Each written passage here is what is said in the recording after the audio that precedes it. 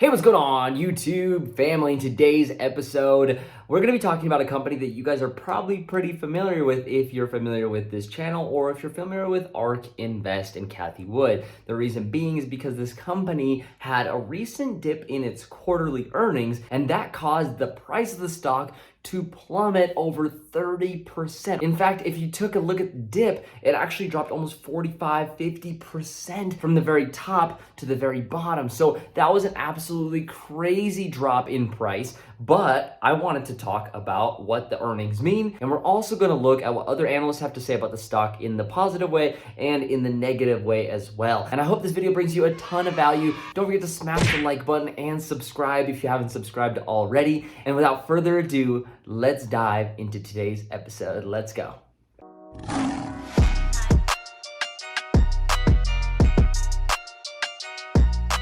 All right, long time no see. Let's talk about Schrodinger, SDGR. If you haven't heard of this company before, don't worry. I have a full in-depth analysis on the YouTube channel. So after you're done watching this video, if you want to go check that out, and I dive into the nitty and gritty of this stock. But SDGR just barely crossed the above key moving average levels. Again, this isn't the only technical analysis indicator that you should be looking at when investing in a company, but this is just something to keep in mind. It just dipped below this level and is still hovering below it, which in most people who are looking at stocks in the short term, this is just a technical indicator that says, hey, this stock is still undervalued and it might go back up above that. And when it does, that is when you want to take profits. Not always, but again, this is just a rule of thumb that some traders use. And that's why I wanted to kind of share with this first, because this is the short-term sentiment, right? This isn't the long-term picture. And we'll get into that closer to the end of the video. So first, let's really look at the stock price, because if you look at it from here,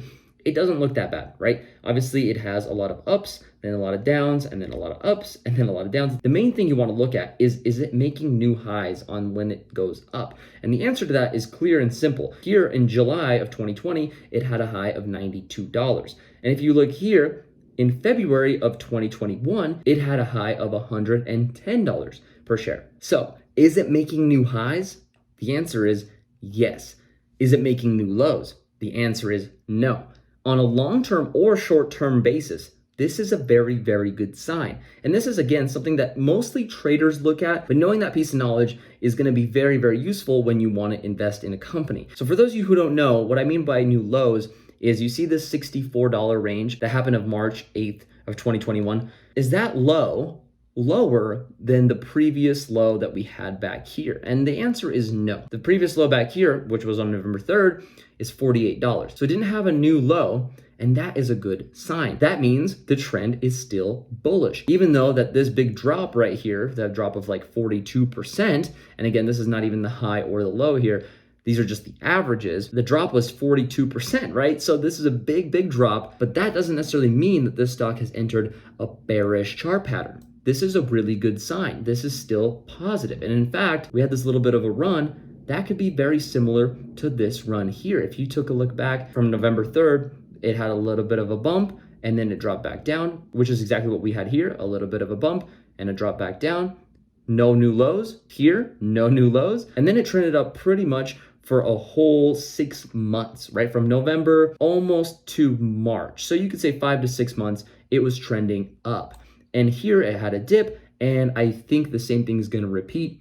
Again, I'm not Nostradamus, but this is just what I see from a technical standpoint. And again, this is just what I've seen happen countless times with different types of companies, and this company in particular is no different. And the next thing I want to look at is their revenues, because this is what the video is mostly about. I just wanted to share my opinion with you guys so that way you guys can see what I see. So here we have the financial performance for Q4 of 2020. So you can see they lost some money here, right? Their net income went down $11 million, but the revenue did go up. It actually went up 27%. And in fact, when you look at cash on hand, they went up 678% in cash on hand from the year before. And in fact, their cost of revenue also went up. That's actually not a good sign. You want the cost of revenue to go down, but the revenue also went up about the same amount. Not quite, but pretty close. But the one thing you want to look at is in Q3, they had a lot of positive sentiment going their way. Even I talked about it, right? They had their first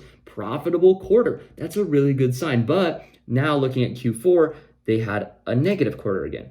But the key thing that you want to look at as a growth company, is it increasing in revenue year over year and quarter after quarter? Well, the answer to that is clear. That green bar that you see here is higher than these other green bars, right? So that means it is growing in revenue. That's a good sign. Even if one quarter does end up being a little worse than the previous year's quarter or even the previous quarter before that. So now you might be wondering, how does that look when you look at the full annual, right? Because this might have actually impacted their overall profitability, right? But when you zoom out into that annual chart, the 2020 financial performance looks really, really good. I mean, 2019, they made 85 million, 2018, 66. So overall, just from 2018 to 2019, they grew 28%.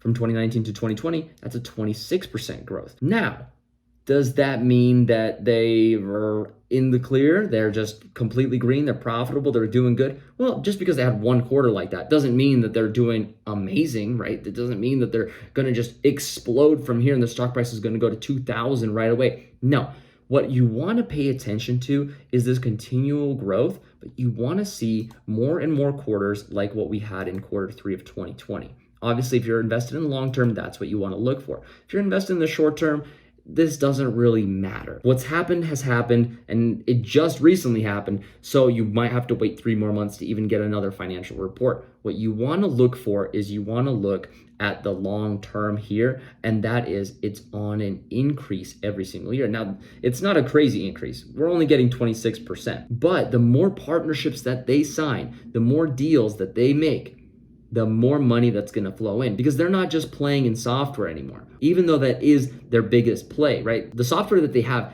is their biggest revenue stream, but they also have the potential to partner with the bigger companies that they haven't even touched. In addition, add additional hardware products that no one is thinking about. They have the technology, but they're really dealing with the pharmaceutical companies. So at the end of the day, they're a biotech firm. And the biotech industry is growing really, really fast. Before I get you all hyped on this company, because obviously I'm a contrarian, I like to look at both sides of the equation. Let's look at an article that really paints not the best picture for Schrodinger, right? So what happened this last quarter? Why did the price go down? Well, this Motley Fool article says that the disgruntled shareholders began ditching the stock after the company announced lackluster guidance. Schrodinger expects to generate between 124 million and 142 million in revenue this year via its software and drug discovery programs. That's a substantial increase over the 108 million it brought in 2020. However, keep in mind that this is a company with a market cap of 4.4 billion. Investors are not happy about its growth. This is talking about past tense, not future. Now, looking back, 2019, 2018, right, what we did before, they've only grown about 20, 30%. So what this article is saying is that investors are paying 45 times sales for a company that's only growing its revenue by around 25% per year. That's pretty costly. But again, that 25% is averaged out. It doesn't necessarily mean this company is going to be making that in 1, 2, 3, 4, 5 years' time. And that's not its focus. They're not trying to grow 25% per year. They're trying to compound that growth. And if you watched my previous video, you can see by 2025, analysts are expecting this company to blow up. This company is going to be huge. And if they're able to execute just on their current business model, not even expand, they're going to be doing really, really well. But I'm a contrarian, so really let's talk a little bit more pessimistically and not so much optimistically about this company. So they're saying all hope is not lost. One of the main problems with Schrodinger is that its software is only applicable during the drug discovery phase for now. But remember, that's not necessarily a bad thing. Schrodinger has a lot of potential. They also don't have to deal with a lot of the regulatory stuff that most pharmaceutical companies have to deal with, including marketing their product and putting it on shelves around the country, right? So they actually do have a little bit of the upside that big pharmaceutical companies don't have, in the fact that they can, one, partner with a bunch, and they're not competing, right? They're not competing with these companies. They're just being paid by these companies to do the research, to give them a product. They give them a product, they test it, it works. Then these big companies go out and market these products. In fact, Schrodinger has the most amount of upside potential and the least amount of downside because, again, there's not as much cost. Most of it's done via software. But this article is a little pessimistic, and they say that since the failure rate is very high for the combinatorial drug discovery method, Schrodinger isn't left with much bargaining power on its pricing, despite having many clients. So that sounds really terrible, right? The way that they phrased it sounds terrible. But in fact, I think they actually have more bargaining power because they're the only people doing this and saving companies money. And in addition, they have many clients. That's very relative. They have many clients comparative to the industry? No. Do they have many clients compared to what they had 3 years ago? Yes. Could they have more clients in the future? Of course. There's a ton of companies that haven't actually used Schrodinger's platform yet, but they will. And if they don't, they're going to be left behind by maybe even smaller companies that are coming up trying to make a name for themselves and beating out their competition by using Schrodinger's product and getting through the drug discovery process a lot faster. If you guys already know what I'm talking about, and I'm going to pull it up here, this is the benefit of Schrodinger's platform. If you guys haven't seen this before, that's totally fine, but this is in my previous video about Schrodinger. So here is the traditional drug design. This is the drug process, right? This is typically how long it takes.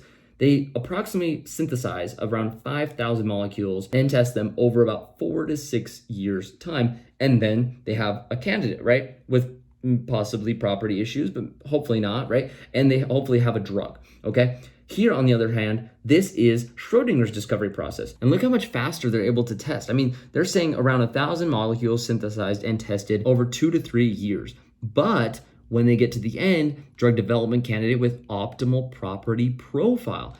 This here, issues, next drug, issues, next drug, issues, next drug. Here, it's automatic. They can test billions of molecules in computational assays. So you think about this, they can test billions while these guys are doing manual testing. Yeah, they can synthesize and test, but it's going to take 4 to 6 years to get a lead, and then it's probably going to have property issues. That's the current problem. That's why drugs take so long to get onto the market, because most of the time these drugs, they just don't work.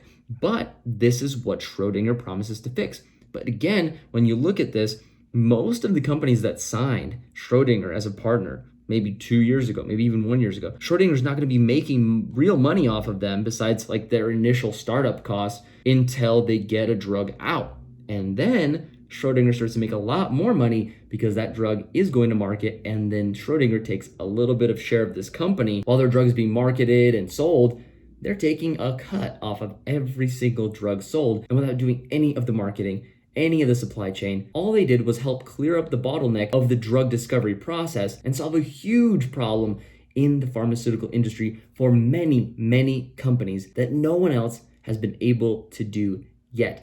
This is why we invest in the long term, because in the short term, price swings will happen, things will drop, things will go up, things will go down. But at the end of the day, if you pick the right companies for the long term that have this type of blueprint and have a lot of upside and not a lot of downside potential, then you can confidently invest and be sure that when these stocks fall, you are the one picking up the sale, not the big hedge fund managers that are probably selling out to take a profit. Because yeah, maybe they bought in early, or maybe they're taking a loss, but they're willing to take that loss, right? Maybe they're saying, oh, well, we'll just invest it into an ETF and make 9%. We'll make that back in 3 years. They don't care. When you want to grow your wealth, you gotta be strategic. This is a company that has a lot of potential. Again, I'm not a financial advisor. I'm not gonna tell you to go out and buy this company, but personally, that's what I'm doing with great stocks that have a lot of potential. And when they lose 30-40% of their market share pretty much overnight, you already know what I'm gonna be doing. I'm going to be buying more shares because I love to bargain hunt, and that's what this looks like right now. So hopefully you found this useful. Again, it's not financial advice, but if you are a fan of Schrodinger, let me know down in the comment section below, or if you're not a fan, let me know that as well. I'd love to hear from you, maybe why not. And I hope you got a lot of value from this video. If you did, smash the like button. If you haven't already, subscribe because it's really important. And honestly, like, why wouldn't you subscribe? It's crazy. Why wouldn't you Anyway, if you don't like money, don't subscribe. If you do, make sure you subscribe. Thank you all so much for watching. I'll see you guys in the next episode. Peace out.